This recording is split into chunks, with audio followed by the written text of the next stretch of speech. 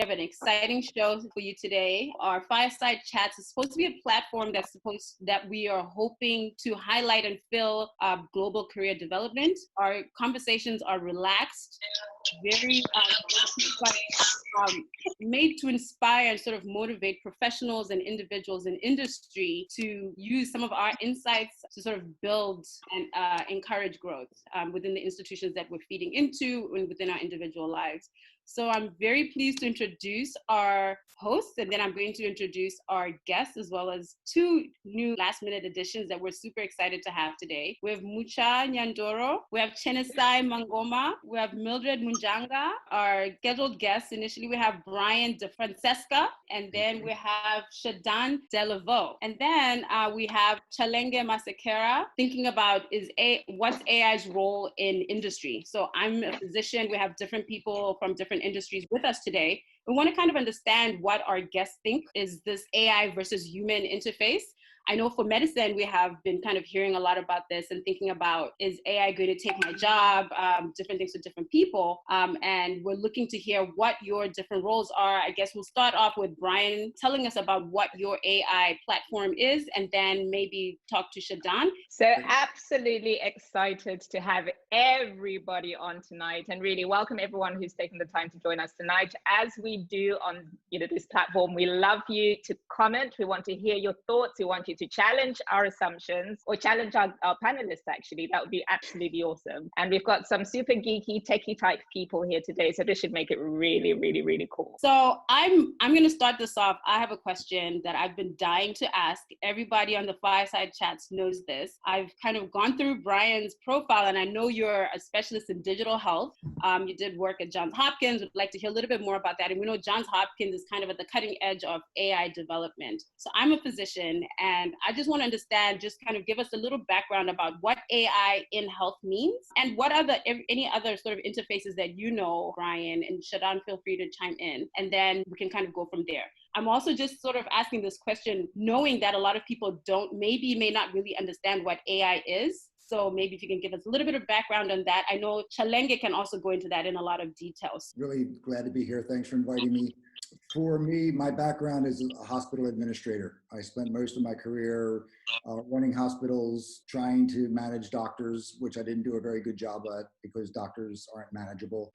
And, so we used a lot of tools. And now that I'm running a digital health company, I always feel that I have to start off whenever I'm speaking by saying that I have no desire to replace people with robots, to replace people with computers, to replace people with algorithms, because everybody, their knee-jerk reaction is that that's what I want to do, or that's what the AI community wants to do. And at the end of the day, in its present state, it's a tool.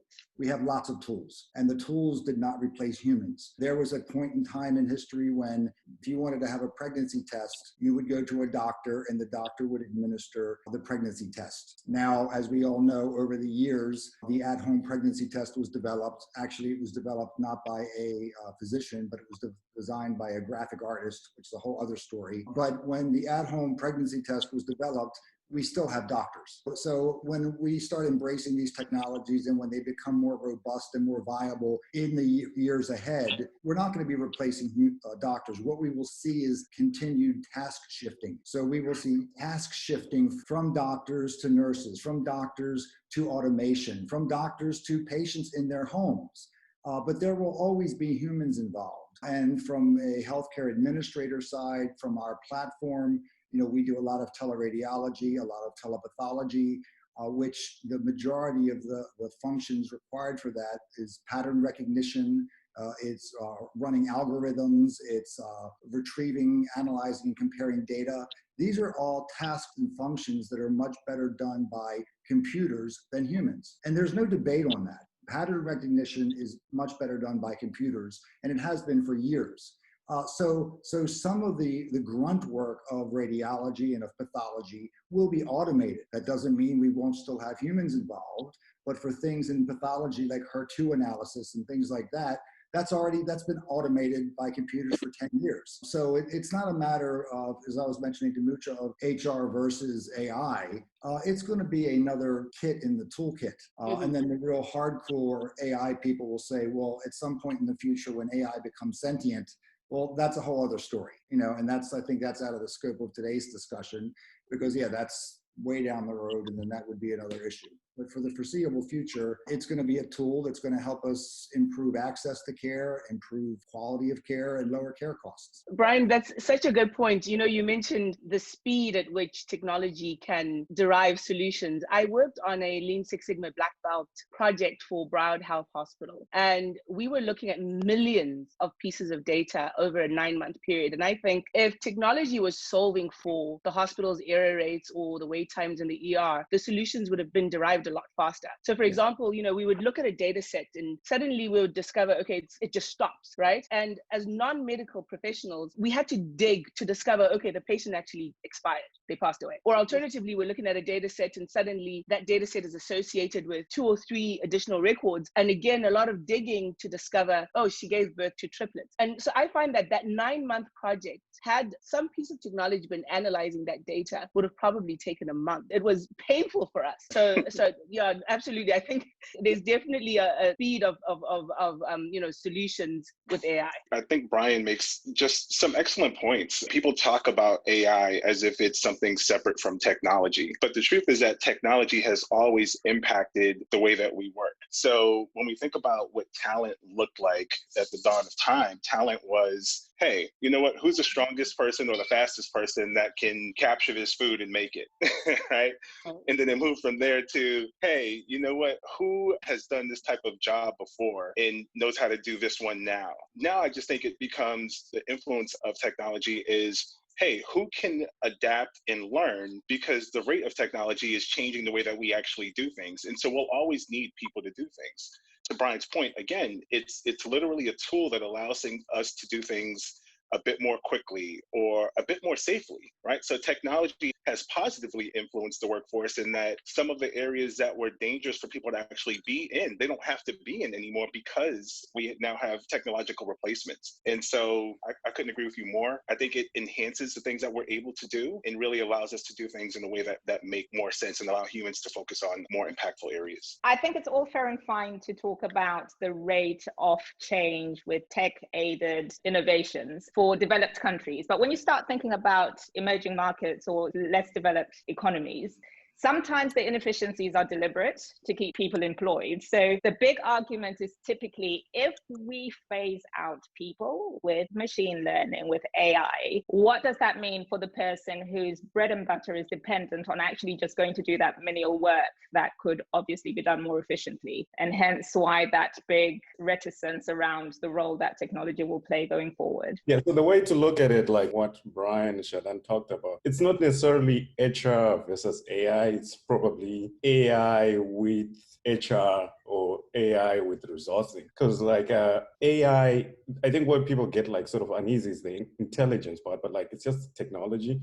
And the thing is like for us, even as developing countries, where we are, right, there's a risk that we're going to get left out. So instead of focusing on what are those menial jobs that people should be doing as countries, as like, institutions, we are right there, like technology is so ever-present, like everybody has some version of a smartphone. How do we empower those people and train them or teach them in the new ways? How do our governments become so interconnected that I know like in Zimbabwe, like how do we get like our record system all connected such that we can actually start ahead of the curve instead of going through all the phases that already have been done? How do we collect data so that you can know what a patient is, which hospitals they have been, which diseases they have had, or like whatever information. We already have that information and we can start ahead of the curve and instead of starting from the bottom. I generally do agree with the consensus of it's both ends. And when you look at some of the questions that are coming up, they talk into the whole policy of AI.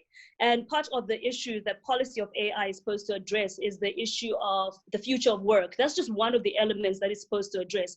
I'm sure Brian can walk us a little bit into the other 9 factors that the policy again about AI is supposed to address. But when I thought about this conversation, and I thought, what I would love to hear more is the human-centeredness of the conversation around around AI and human resources, because at the core of it is this human center. If you look at Brian's work, for instance, his whole thrive with AI is, if I read correctly, he wants to provide 700 refugee camps to access to medicine, right? That's a human element that he's addressing. When I looked at your work as well, Shadan, I see a lot of focus on how do we develop the human being to get ahead of the curve of critical thinking, creativity, and being useful beyond automated processes. In the law fraternity, you know, I was saying to someone just this afternoon, I left my job in the legal practice, in a formal practice, because it was boring. Every day you would walk in, you knew what you're going to fill in. So that whole process can be automated so that when I'm in practice, I'm focused in solving real problems that machines can't solve. So I'm intrigued to hear the whole human-centered argument about AI, and also from Brian also, what are the other policy factors that we need to consider when governments are coming up with national strategies like the one in Dubai, for instance? It begins with the framing that you put around the discussion. And I very much welcome taking it from in a frame of the human perspective and not getting into this competition frame. And if you look at just from job creation, which are going back to your concern about displacing jobs or taking jobs away from people, if you look at the massive opportunity for human job creation because of AI, and I'll just give one example, and this doesn't just apply to the countries of Africa, it applies for the entire planet. Presently, there is a critical shortage of healthcare workers globally. Now, it's chronic and acute in many of the countries of Africa, but it's a global problem. Now, if you were, and I'm working on 2 healthcare workforce capacity building projects, one in Sierra Leone and one in Liberia. But this would apply to any country in the world. If you were going to build a medical school today, anywhere in the world, if the group of us got together and we got a big bag of cash and we built a medical school and we had to pick the curriculum, right? All of the courses that we're going to offer at that medical school. Now, the knee-jerk reaction of the WHO and World Bank and all the different organizations is to cut and paste from the model of medical education from some institution in the West. So they'll take Johns Hopkins, or they'll take Harvard, or they'll take whatever it is, their medical school, and they'll cut and paste it. Now, the question that I bring to the table is if you were going to start a medical school today and have students coming in today to be doctors, would you teach them to be radiologists? Would you teach them to be pathologists? Would you teach them to be dermatologists? Now, even if this was part of a job creation program, when those people graduate from medical school, however many years it is down the road, their jobs will no longer exist. This isn't my opinion, it's reality, right? The composition of the radiology workforce will change. You'll still have interventional radiology, but all of the normal reading and reporting over the next 5 to 10 years will be automated. So it's not about just taking jobs away from people, but it's going to actually change the length of time people are going to medical school, the type of specialties that they're going to focus on. So it gets into the human aspect much deeper. But when going back to my original comment about the creation of jobs, in all of the rural areas where you have no imaging equipment because there are no radiologists, right? You have no laboratories because there are no laboratory specialists out in these far rural areas. And again, I'm talking globally now, because the radiologists and the pathologists and the lab specialists all want to live in the urban centers. This is a global situation. You go to Maryland, right? And all the docs are living in Baltimore, right? They're not living out in Havre de Grace. They're not living out in Hancock in Western Maryland. They're all living around University of Maryland and Johns Hopkins and all those places. You go out into the rural areas and there's a shortage of specialists. Now, by using AI that can do all the radiology work, that can do all the lab work, that can do all the pathology work, you can set all these diagnostic centers up all over rural areas. However, they will need human beings to work there, hundreds of thousands of human beings human beings that didn't have jobs before because those diagnostic centers weren't there because the specialists wouldn't live there. Yeah, and so you can take that one example and just expand it into law, you can expand it into architecture. In some ways, yes, it will be replacing a task, agreed, right? But it'll also be giving the opportunity to create tremendous amount of jobs for people that simply wouldn't have had jobs before. And there have been papers written on this. You can just do an internet search, on those topics, job creation related to AI. Right. So Brian, I mean, I definitely understand, and we have one of our comments on the group chat, that's actually saying we do think that the new jobs will develop, and that makes sense, but he's not necessarily going to work in the tech industry, right? So granted, the example that you gave about medical schools and medical education, I think is just one that I'm comfortable speaking on. However, I think there's just certain basics that will always have to be covered. And my understanding of AI is that you would still need at least the basic background in whatever industry for those machines to learn. So if we now start depending on AI in those elementary stages of development of our careers, then I think in a sense that's also kind of narrowing, because when we go to medical school, nobody goes to medical school saying, I'm going to medical school to learn all of radiology. I definitely agree with integrating AI as much as we integrated technology into high school education or college education. But I think depending or giving AI such a large chunk of power, lack of a better word, in some of these very human-driven industries, me personally, I completely disagree. I think listening to even Chenesai talking about law, I can't imagine, and maybe one of you techie people can explain to me how AI would actually function in law. I think that all had a related question. Yeah, but so maybe not law per se, but maybe I'll go to there. But I think the way to look at it, every revolution has, these things that somebody holds dear to say, these are the things that I learned, and these are the things that I make my job. And with all new technology, some of those things change. I can take being pilots. Most of what they do is just taking off. Then AI takes over, flies the plane.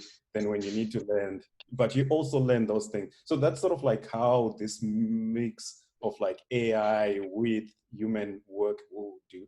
As Brian was talking about, you could you take your radio or your scan, then on a computer, you run it through, it gives you the results back, analyzes and says, oh, there's a high risk of this disease, or there's a tumor here. So this is how education and any of these industries will change. You will still, for the most part, I think in the foreseeable future, learn the basics, and you have to learn them, because I don't think we will be totally reliant on technology for the next foreseeable, 50, 100 years. But there'll be a mix of there are things that you will learn, instead of just learning, but you also learn how to use technology. How do you apply this? How can you build even the algorithms themselves so that you can automate some of the manual tasks? So for law, I know there's examples of what Shadan was talking about, pattern recognition, ticketing. There's a robot ticketing, which just scans your, let's say, a traffic ticket, and it will predict and file a claim for you. Then you can contest it. So there are things that, that are sort of trivial, manual, pattern recognition that AI is good at, because it has ability to calculate it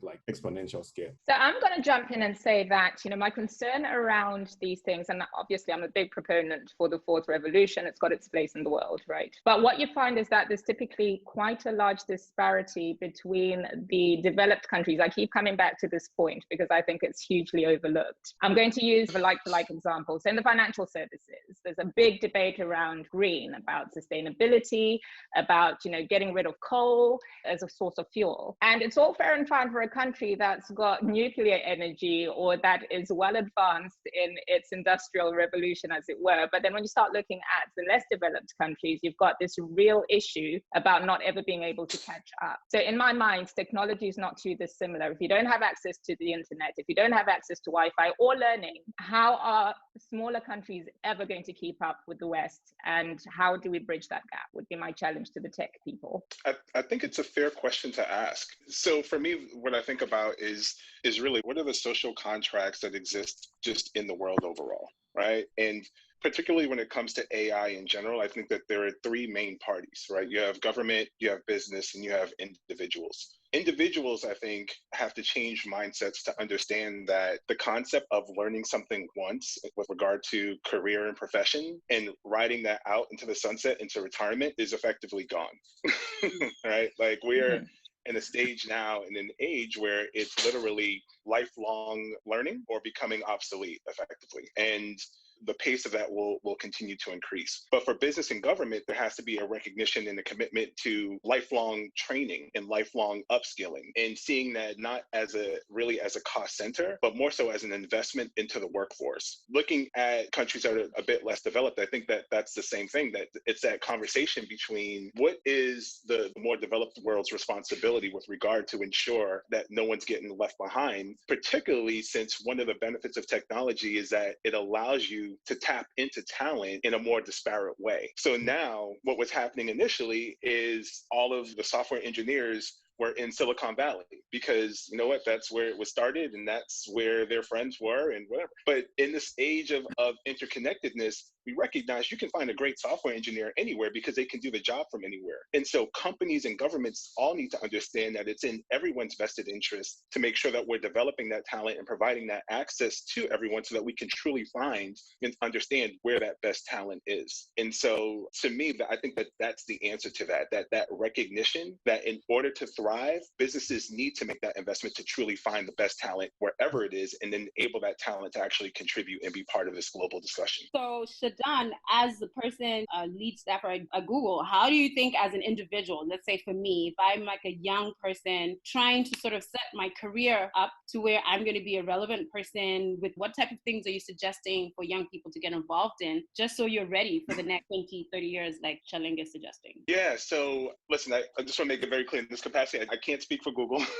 I'll speak to more so my experience over the better part of 10 years within talent and things like that, and writing about it and doing it for a couple of companies now. But what I'd say is that this is an amazing time to make yourself visible and relevant. There are all types of platforms which allow people to, one, gain the relevant skills that they need to be excellent and amazing at what they do, and then two, to be able to showcase those skills. And so I'll use myself just as a personal example. I was at a place in my career where I wasn't sure what I wanted to do, felt like I had some things to say, and so I literally just started a blog, right? So went on Tumblr, started writing a blog. That blog gained some visibility. I got some followers off of it, didn't really know what I was doing, but was happy for that. And it gained the attention and allowed me to then do some contributory pieces to Avenue. Mm-hmm. And then from that was able to then be noticed and be able to then do some writing for Fortune.com. And so for me, that's the perfect example of the time that we live in, where if you have something to say and you're willing to invest the time in yourself to develop it so that other people also connect with it and find it relevant, you have an unbelievable number of platforms to then get that message out to the world and make the world come find you. Mm-hmm. And so for young people who are thinking about what they should do, I say three things. Understand what your needs are, what your wants are, what your passions. Understand how those three things balance, and then try to align those things to develop the skills that you need to basically allow you to tap into your passions and get your wants. You know what? But it's also a blessing and a curse, right? Because there's technology out there, algorithms, crawlers, hackers, you name it, that can find every piece of data about you that you either want to be visible or not. So your credit card purchasing, your internet activity, your social media posts, and constantly, searches even. To your point, Shadan, the world has shrunk because you can find talent from all over the world anywhere, but equally you can also find information about that talent that does not necessarily bode well for their careers. So unless you're living a squeaky clean life or determining how you can ensure that whatever it is you're doing that might not necessarily bode well for an organization can't be found, it's a really, really risky and tricky game to play. So how does the talent in today's environment ensure that their activity across every single platform that they play in or that they're visible in is not only protected, but it doesn't end up damaging them or hurting them? And before anybody tackles that question, we'll come back to that. I'm hoping you're actually listening to this question, Arthur, because I think this actually ties into some of your emerging technologies and algorithmic development.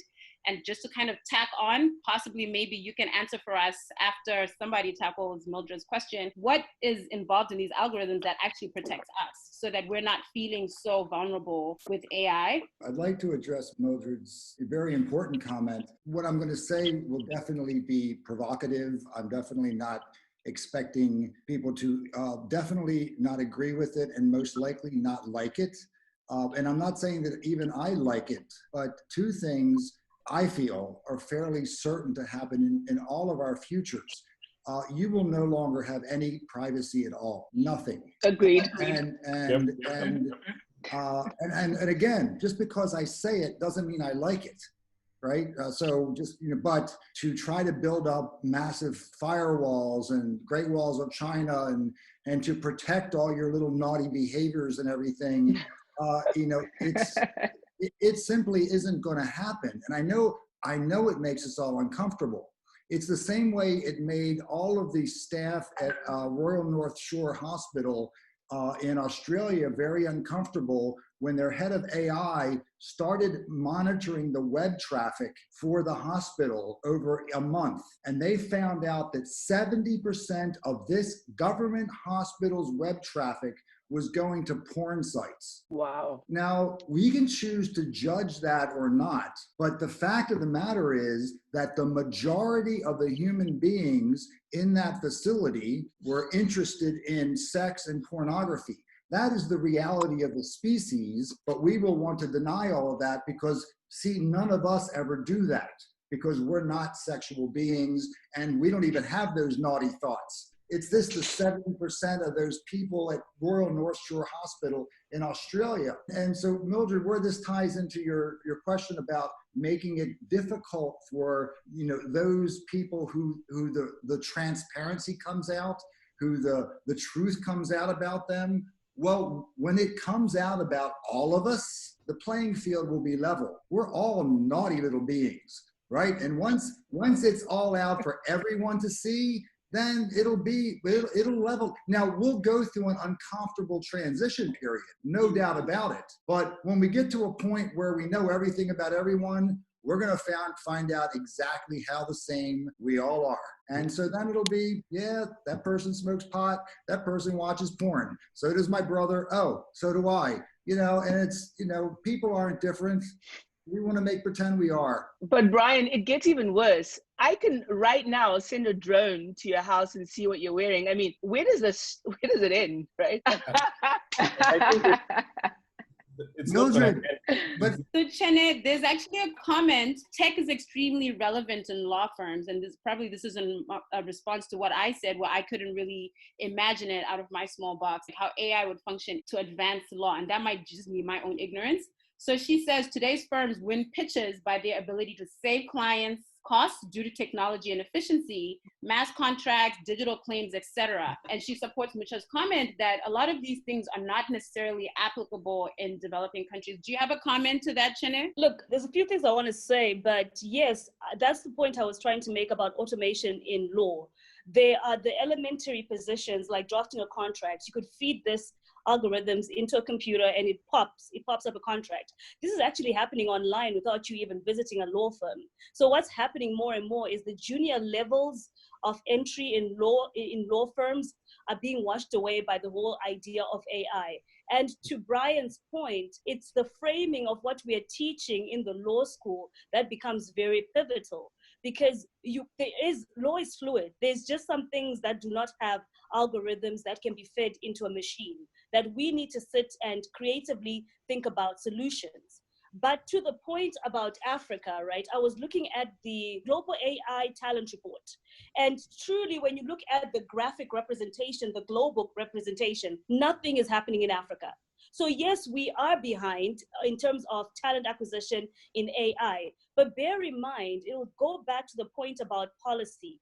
The idea of AI policy is to address two main things, right? One, the government needs to acquire talent to develop AI, and the other one is to balance out what happens with society and transitions with the AI development. And over the last 8 years, we've seen a lot of growth in AI. The problem that I am seeing right now is the issue that governments are not managing what's happening with the society and the developments in AI. They say that over the last 8 years, there's been so much development as compared to over the last 50 years, but the policies are not moving as fast, so as the regulations, right? And I'll finally end with this to buttress what Shadan was saying. I read some of your articles on fortune.com, and I know one of the things that you focus on, which is very instrumental, and I'll go back and I'll sing this like a parrot, human-centered thinking, creativity, human resources, the issue of critical thinking. You can't AI that. But yet we are teaching less and less of that to our students in our offices. We are so focused on automation, which already people are doing, and not teaching the soft skills. I'll give you one topic that he writes about. He says how not to get fired after screwing up at work. You can't AI that. We want to hear that one, Shadan. Yeah. Yes, please, Shadan, talk to us about this. We have our developers here. Can one of our two developers maybe comment on Chenesai's question? Let me just introduce myself. I'm Arthur Gwagwa, a doctoral fellow in the Information Systems Department at University of Cape Town in South Africa. So, well, I've been working on AI regulation and policy for quite some time.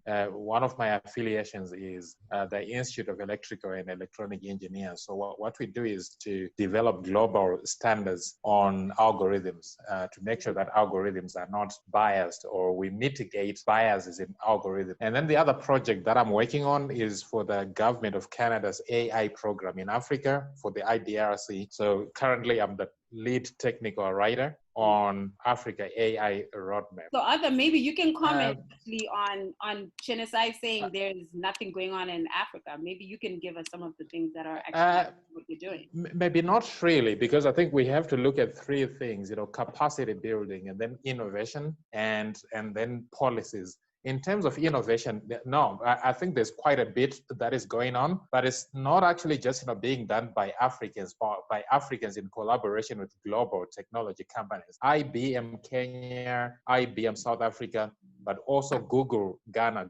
Google has got offices in Ghana. I'm sure you know about TensorFlow. Google TensorFlow. They are interesting developments whereby young developers are using TensorFlow to create discrete solutions in agriculture. That is diagnosis of diseases on cassava leaves, for example. But when you look at the work that Tapiwa Chiwewe is doing at IBM South Africa, like, prediction of air quality. And then when you go to Rwanda, for example, Carnegie Mellon University, and then also Makerere University in Ghana, there are quite a few innovations, taking place. But I think in response to what Chenesai was saying, I think it's all about empathy in AI, or maybe embedding values of trust, excellence. Like, I think when you're looking at what the European Union is doing now in the UK, I think it's about empathy, it's about human-robot collaboration. There are a lot of, I think, professionals who are working on the intersection of, human and robot collaboration, or AI. That is, sorry, I think for the lack of, better term. But there is quite a bit, that is happening in Africa, and I'm happy to share some of the reports that we have done and the paper that I'm working on at the moment that sort of like, showcases what sort of, capacity development, capacity building that is happening in Africa, but also innovations, and also on the policy side. But yes, to some extent, the policies are very, very embryonic. They are very, very nascent. So yeah, we need help here in Africa. Thank you. Definitely on that's mostly on policy. What about like the curricular development Chenesai was alluding to, that what are institutions, maybe even at education level, that you would suggest anybody can take? Before we go there, I want to hear about this article about getting fired, because I think this is quite an interesting point. Oh, Shadan's article about getting fired. Shadan has got an article that I think we should hear about. You want to take it, Shadan? So I feel bad. I actually have to let you comment on it, because I wrote it, I think, 2 years ago, so I don't remember the points off the top of my head.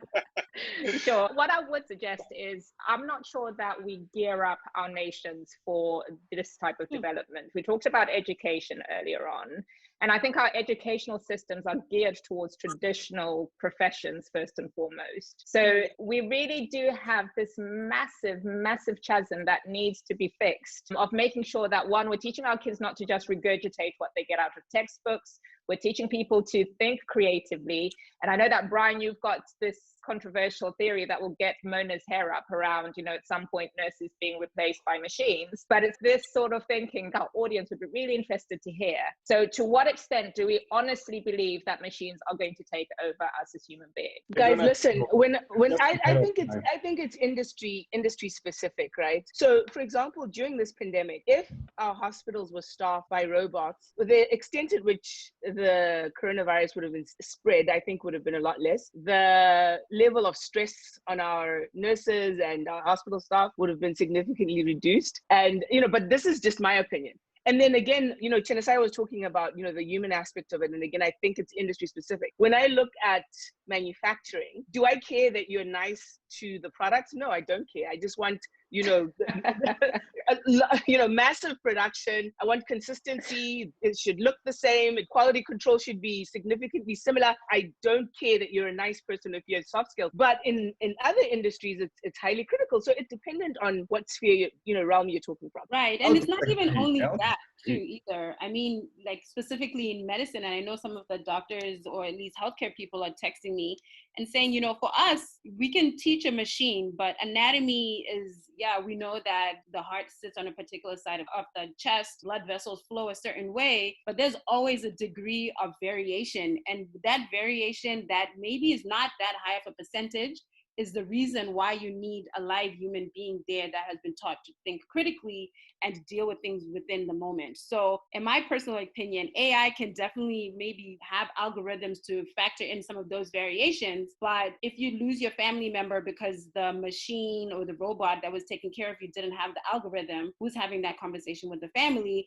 And is a population prepared to deal with that? That's one of my personal issues with that. Yeah. But that's just a side comment, but I do agree with industry-specific responses to AI. I'd like to touch on two comments quickly, and I'll keep it within a minute and a half, both for Mona and for Mucha. Mucha, I don't think nurses will be replaced by robots or computers. What I do know and think and know will happen is that in our future, 50% of all healthcare service will be provided in the home. Another 30% of all healthcare service will be moved to the primary care setting. And if you look at what it is today, only 20% of what is provided in a hospital today will be provided in the future. Okay, so it's not about necessarily replacing anyone's job. It's about the location of where the care is provided will get pushed out of the unsafe, expensive hospitals into the primary care setting and into the home. And then just going on the clinical side,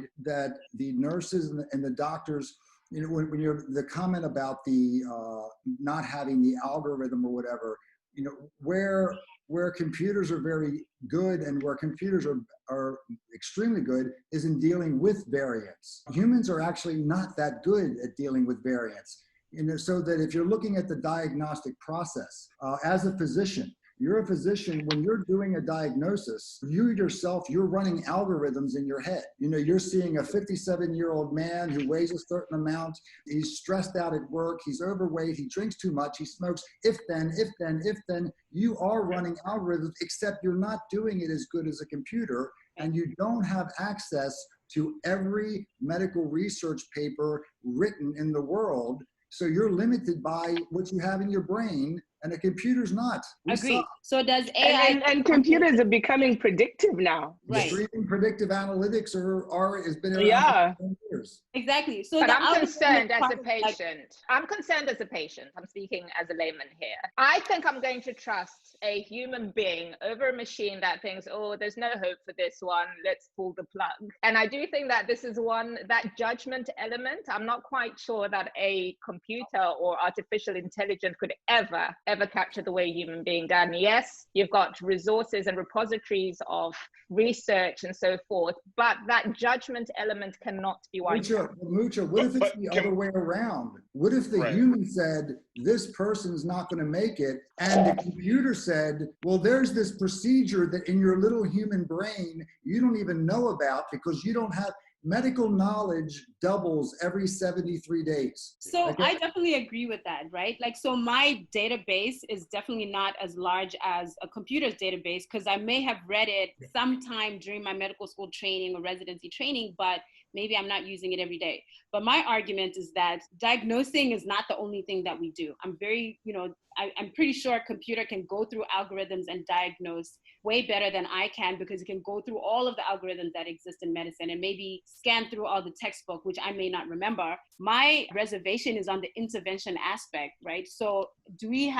how can I trust that when I crack open a chest on a patient that just got stabbed and their vitals fell right in front of me, and I need to open their chest and squeeze their heart, and then I get there and their blood vessels are not in the place that the textbook have told me that they are, I have that in that space gestalt, or at least critical thinking to deal with it within that moment. Is AI developed to where it's going to be able to do those things within the moment, or is it going to start scanning for something and then come back within a minute? And then how do you explain? No, absolutely. I mean, absolutely. I mean, robots, for example, are learning by the second. Literally, you put a box in front of it and you say, okay, move this item from this item. And within seconds, it figures out, okay, this has been positioned a little bit differently than what I've seen it been positioned before. Let me rework my own algorithm that you didn't put in me and figure out how to do this. Well, you know, one of the things that concerns me regarding healthcare is the sheer cost of diagnosis. You know, I had an issue with, I was allergic to the flu shot. I had a crazy allergic reaction to the flu shot. It took doctors about 4 months to figure out what was wrong with me.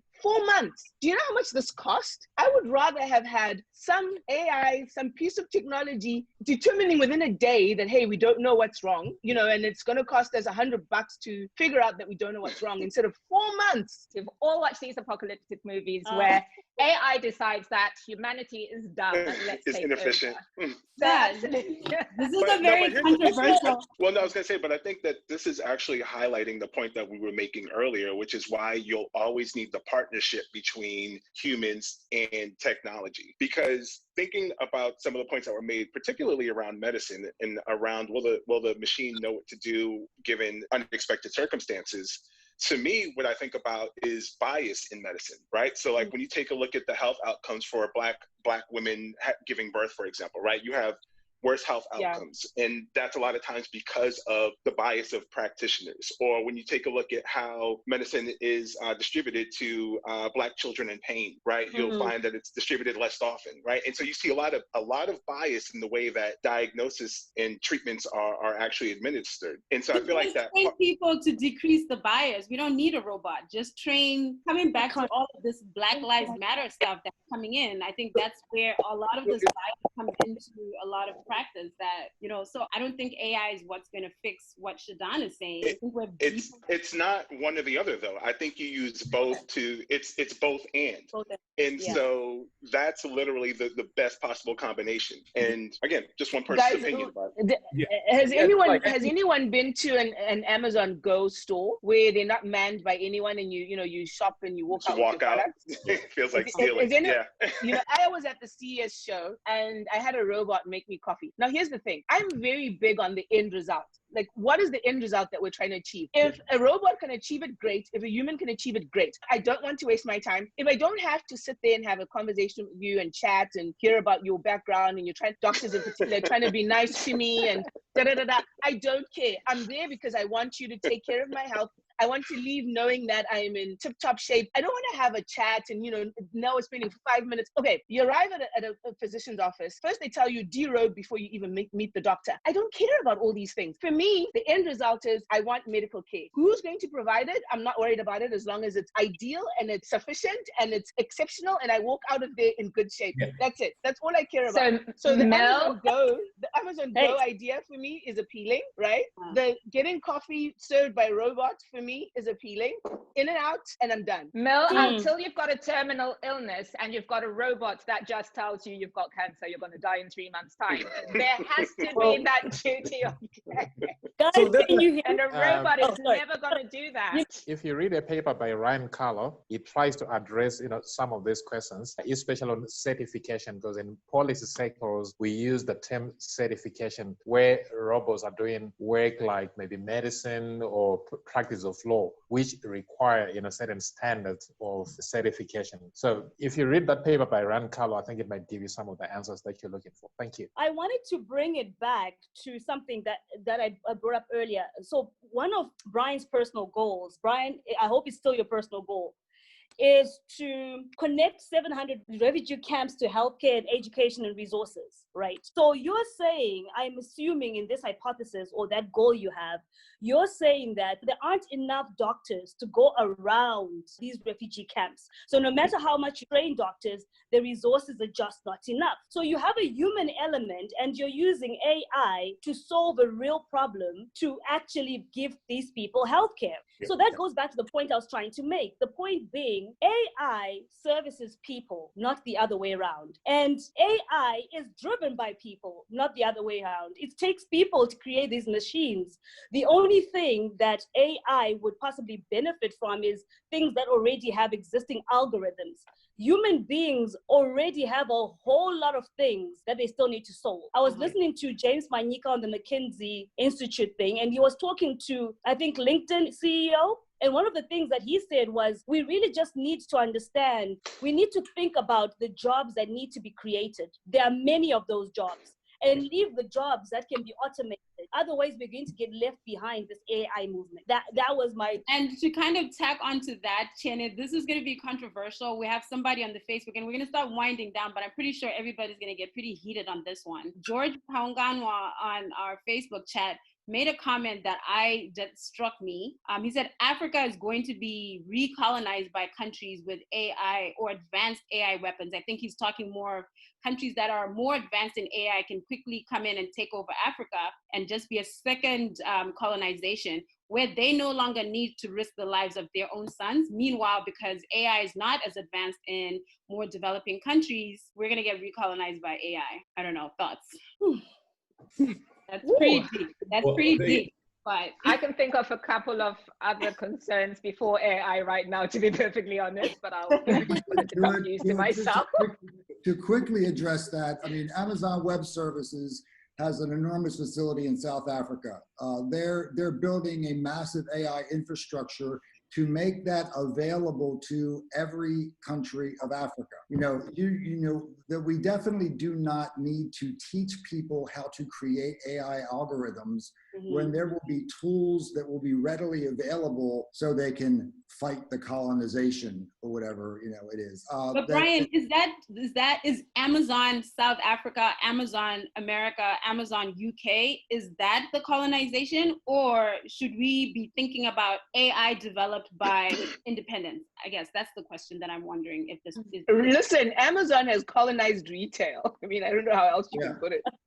I think that's kind of what he was getting at. I'm not sure. I think that just going to my main digital health, my main telemedicine business, we did a project in Ethiopia several years ago, and I was contacted by the Ethiopian government, the Ministry of Health and the Ministry of Education. Ethiopia has a population of 100 million people. They only have 120 radiologists. Okay, the U.S. has 33,000 radiologists. Okay, so relatively speaking, if they went with US metrics, there'd be 10,000 radiologists in Ethiopia, not 120. Now, when they contacted me, they started off the conversation. We were doing a conversation like this. They said, we know that you provide teleradiology services. We know that you provide telepathology services. We don't want to talk about that right now because, and this is the key point, goes to what we're discussing. We do not want to be digitally colonized, right? This was the words coming out of their mouths, where if they started sending their radiology images to India, to the UK, to these other places, they would never build the internal capacity, infrastructure to do that. So what they did want to talk to me about was education, was healthcare workforce capacity building, and that's what we did. We developed an 18-month fellowship program where the Johns Hopkins medical faculty taught subspecialty radiology at the St. Paul Millennium Hospital in Addis. No one got on airplanes. I like it. I love it, Brian. Thank you. I think you have brought it all the way back to where we are supposed. We want AI to train people to do what they're supposed to do. And sort of bridge the gaps rather than make us feel like it's taking our jobs. And I'm really impressed that the government of Ethiopia saw that into the future and said, no, we don't want our images to go to India. We want Ethiopians to read these train us. And I think that's what a lot of global physicians want to do. We would rather you come and teach us how to do something and maybe develop the technology that we need to use to get better. But I think the colonization aspect that this writer kind of alluded to made you kind of bring it all the way back around for us. So I'm walking away from this conversation realizing we're feeling less attacked by AI. And that you still need us. It's AI. Yes, we still need you. I came on this ready. I thought you want to take my job, and I was like, I came too long for this. I just want to take your neck. I want to take your necklace. Guys, just be thankful that I'm not the one running the world, okay? Because I want to be dystopian a bit, but like you could see a future where we don't need anybody. Well, most people. But what would we do? What would we do with our days? COVID days. We're social creatures. A lot of these things, you know, yeah, we don't, some of these things we don't know what, like, I don't think anybody like 100 years from before, like, thought there would be like an AI engineer. Some of these jobs, we don't know what they are. And like, as we grow and AI or the technology becomes like, some of these jobs are going to start coming up. Who knew they have like an AI policy researcher like 100 years ago? Nobody knows. So those jobs are going to get created, and as like technology develops and we shift from what we became, maybe a robot engineer, I don't know, but like, it's going to change. Some of these jobs, we don't know what they are. And in the future, we'll figure it out. Humans take smoke breaks, they call out sick, they have biases, they fight at work, I mean, the list is endless. The amount of time, and you know, Shadan, you are in talent, so you can talk to this. The amount of time that is wasted in HR, in managing human beings and their emotions is tremendous. You know, it creates such a massive inefficiency. And so... Well, Shadan, you won't have a job if AI takes over, because then we won't even need you to manage the talent. So my thing is, even when you look at the World Economic Forum, right, their prediction is that AI will be a net positive with respect to jobs, right? So you look at their 2018 report, and there'll be a transition of some jobs going away, but others coming in. So, like I said, people doing user experience, right? Like this didn't exist 20 years ago, and now it's huge.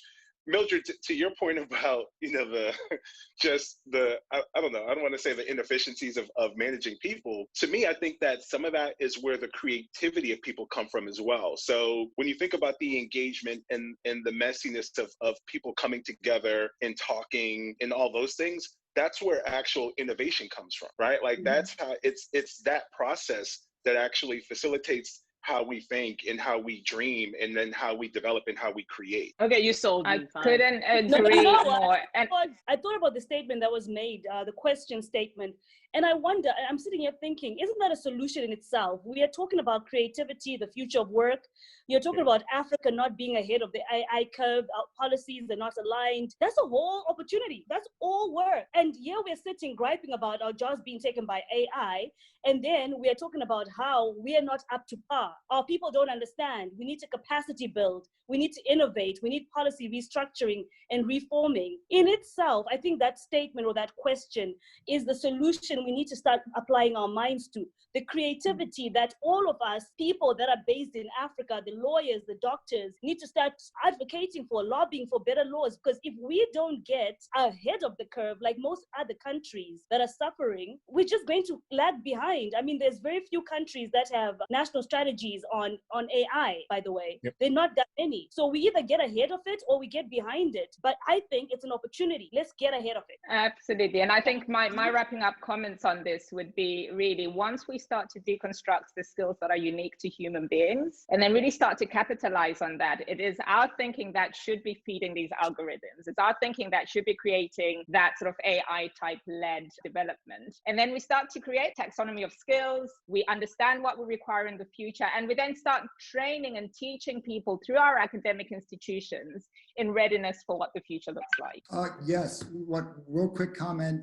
Most of you have probably heard back in the 90s, 1997, Grand Chess champion Garry Kasparov played IBM Deep Blue, got his butt kicked. I was told that I can't say ass, so I won't say that.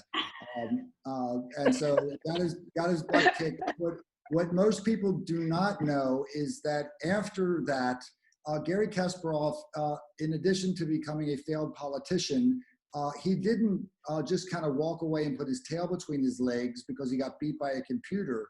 He studied AI, he studied computer technology, and he went on to do a lot of research, and he found out that yes, a computer can beat a chess champion and always will. However, he did find out also that a human and a computer can beat a computer.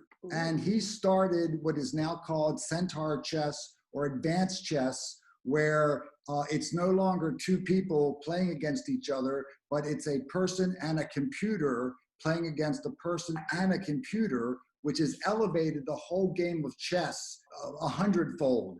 And, you know, going to what the other, you know, the gentlemen that are much more technically versed in AI than I am, it's going to be, it is going to augment us. It's not going to replace us. Okay. And you're going to see that, and you're going to see nurses with access to AI that are going to be the equivalent of super nurses. And so instead of having 100 okay nurses, you can have 10,000 nurses that are able to do what doctors were doing on the diagnostic side. So you're increasing the humanness of it, right?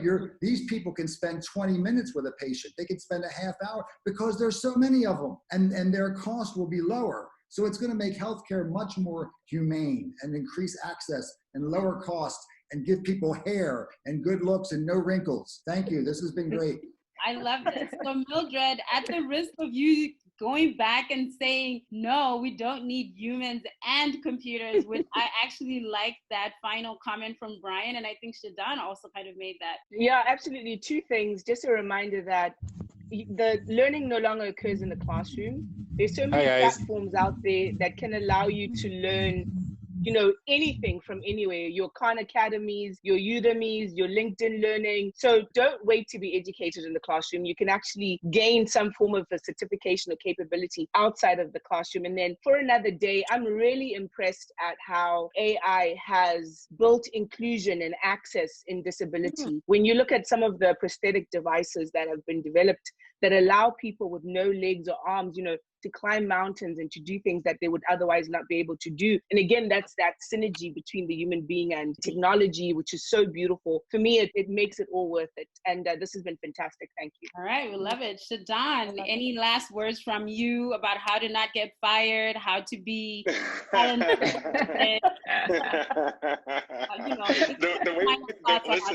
The way you may get fired, like there's no way to maybe stop yourself from getting fired. But what I'd say is that the way to make yourself always relevant is to take a constant learning approach to life. Like keep your natural curiosity, keep developing yourself, keep developing your skills. Don't ever feel like you can rest on your laurels. To Mildred's point, the learning doesn't have to happen in the classroom. We have access to technology and resources that allow us to just keep being better at what we do and actually developing new sets of skills. And so that mindset will always keep you attractive to the market. I think my closing argument, sort of like comments, is that, you know, technology has the potential to make us way better, like especially AI, but there's also a real risk that like there are people who get left behind. And we as professionals in different industries, we should be actively looking and learning of how this AI is being built. How can we influence that? We bring the human-centeredness. How do we ensure that there's no bias in the algorithms? How do we localize those algorithms to where we are? So we should actually be looking into like, what are the various initiatives in our industries? How can we partner with them so that we add, instead of saying, oh, they're gonna take my job, let's fight. You actually should, again, be complementing it and looking to influence how it's shaped and built. I just want to say policy is very important. We need to get ahead of it. And part of the AI policy has 10 things that it needs to address. Part of it is industrialization, the future of work, which I think as working in the creative sector, the future of work is creativity. But we can't get ahead of that and we can't start harnessing that until we focus on the national strategy and the policy frameworks to support the integration between AI and human resources. Yay. I agree with Chenesai, but I think it's about building inclusive AI, and inclusion should be, you know, the thread that runs through everything that we do, because inclusion speaks to future of work, to gender, but also to data equity and parity, because Africa is entering the AI race at the implementation stage when data is more important than the core technology itself. So we should be thinking of, data rules, equitable data rules. How do we own our data? How do we put in place, data trusts or data collaboratives in order to build inclusive AI? Mucha, let's hear from the finance perspective. Yes, so mine is obviously about investment. And actually, I'm going to wear two hats here. I'll start off with the importance of investing in just keeping people on their toes in terms of their learning and almost competing with AI, quite frankly. So at the point that we have understood what the employability field looks like going forward and understood what skills are unique to human beings, because I do think that there is still a bit of that, then we can start building on that foundation. And I'm quite keen to kind of ensure that humanity remains just that. So there's certain hardwirings that a computer, a machine could never, ever learn and could never fill our shoes in. And those are the areas that we probably need to invest a lot more money, resources. Governments need to look into education, really echoing what everyone on the panel has said.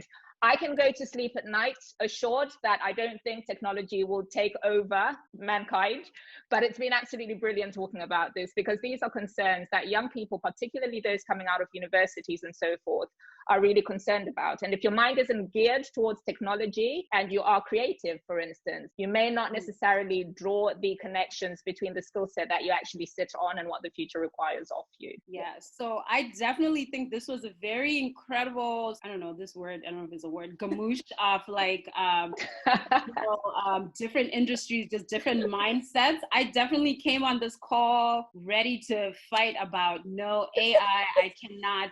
And this just might be, I mean, I know medicine is very, old school and very patriarchal. I'm not old, but this is just kind of how we've been indoctrinated, that people need us. Patients want to be touched by me. You come and see me in the emergency room and you act crazy. I'm like, but you came to see me. I didn't call you. You came for me, right? I don't think people come to see robots, but Brian and Shadan and Chelenge and Arthur have definitely sort of molded my mind. Mildred tried to push, but I'm rejecting that. But that, definitely better with the computer. And I love that concept. It doesn't make me feel obsolete. And I think a lot of people, not even just in medicine, would definitely be encouraged to realize that this is not a replacement issue. It's more of, let's do this together and just make ourselves better versions of ourselves. I think this has been incredible. Thank you so much for sparing the time on your Sunday afternoon or Sunday evening as you wind down for the week. Whatever different people's perspective today is something that you can take on and sort of advance within your own industry. We're super excited for all the people that logged onto the Facebook page today. I'm going to add everybody on my social media. Our social media at Professional Tribes, both on Instagram and Facebook. And we're looking forward to doing this again next week. Thank you very much, everybody. Thank you, everyone. Take care, guys. Take care.